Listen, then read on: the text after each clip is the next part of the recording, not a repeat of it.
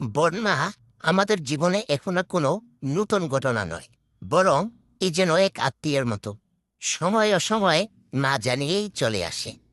এরপর চিরচেনা দৃশ্যগুলো সে পাল্টিয়ে ফেলে। বিদেশিরা যেখানে হাজার হাজার ডলার খরচ করে মালদ্বীপে স্কুবা ড্রাইভিং করতে যায়, আর আমাদের দেশে বন্যায় রাস্তাঘাট সুইমিং পুল হয়ে যায়। আমরা বিপদসীমার চিন্তা না করে লুঙ্গি উঁচিয়ে বিনা পয়সায় আরবান স্কুবা ড্রাইভিং করতে পারি, শুধু সাথে একটা অক্সিজেনের মাস্কের বদলে একটা ছাতা থাকলেই চলে। বন্যায় রিক্সা সিএনজির কথা কি বলবো, সেগুলো হয়ে যায় জলজ্যাম, আর ড্রাইভার হয়ে যায় নাবিক। মামুরা যোগ বুঝে কোপ দেয়।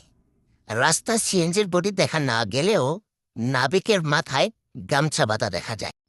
আর বিএপি রাস্তার কথা কি বলবো, টাইটানিক ছাড়া তো কথাই নেই। পাড়ার চাচা শখ করে আঙ্গিনায় লাউ শাক বুনেছিলেন। বন্যা আসার পর চাচা বেশ আত্মবিশ্বাসের সাথে বলছেন, সবজি চাষ করে লাভ নাই রে, এখন মৎস্য খামারি সেরা। লাউ গাছের সাথে শিং মাছের দারুণ সখ্যতা গড়ে উঠেছে। বন্যা দুর্গত এলাকায় ত্রাণের চেয়ে বেশি ফটো সেশন দেখা যায়। অনেক সময় কে কাকে ত্রাণ দিচ্ছে বোঝা বড়ই দায়। বন্যায় আমরা জলজ প্রাণী হলেও আমাদের অদম্য করে তোলে বহু গুণে।